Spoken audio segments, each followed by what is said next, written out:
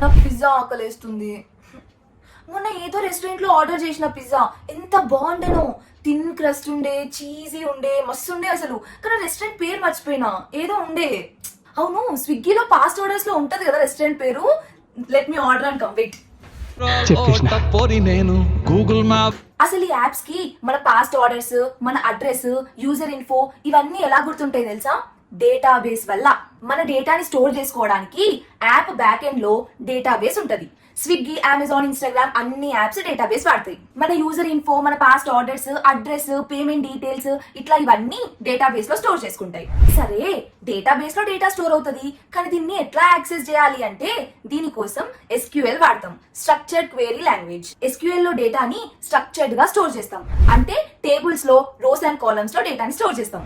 Swiggy app back end లో orders store చేసుకోవడానికి database లో ఆర్డర్స్ అనే టేబుల్ క్రియేట్ చేసి ఉంటారు. ఆ ఆర్డర్స్ టేబుల్ లో user ID, order ID, restaurant name, date ఇలాంటి డీటెయిల్స్ స్టోర్ చేసుకుని ఉంటారు. ఇప్పుడు ఆ టేబుల్ లో ఉన్న డేటాని చూడాలంటే సెలెక్ట్ స్టార్ ఫ్రమ్ ఆర్డర్స్ అని ఇస్తే ఆర్డర్స్ అనే టేబుల్ లో ఉన్న డేటా అంతా మనకి డిస్ప్లే అవుతుంది. సిమిలర్ గా SQL క్వెరీస్ వాడి డేటాబేస్ లో మనము డేటాని రీడ్ చేయొచ్చు, రైట్ చేయొచ్చు, అప్డేట్ చేయొచ్చు అండ్ డిలీట్ చేయొచ్చు.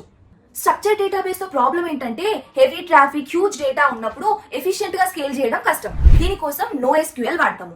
NoSQL అంటే ఏంటో నెక్స్ట్ వీడియోలో నేర్చుకుందాం.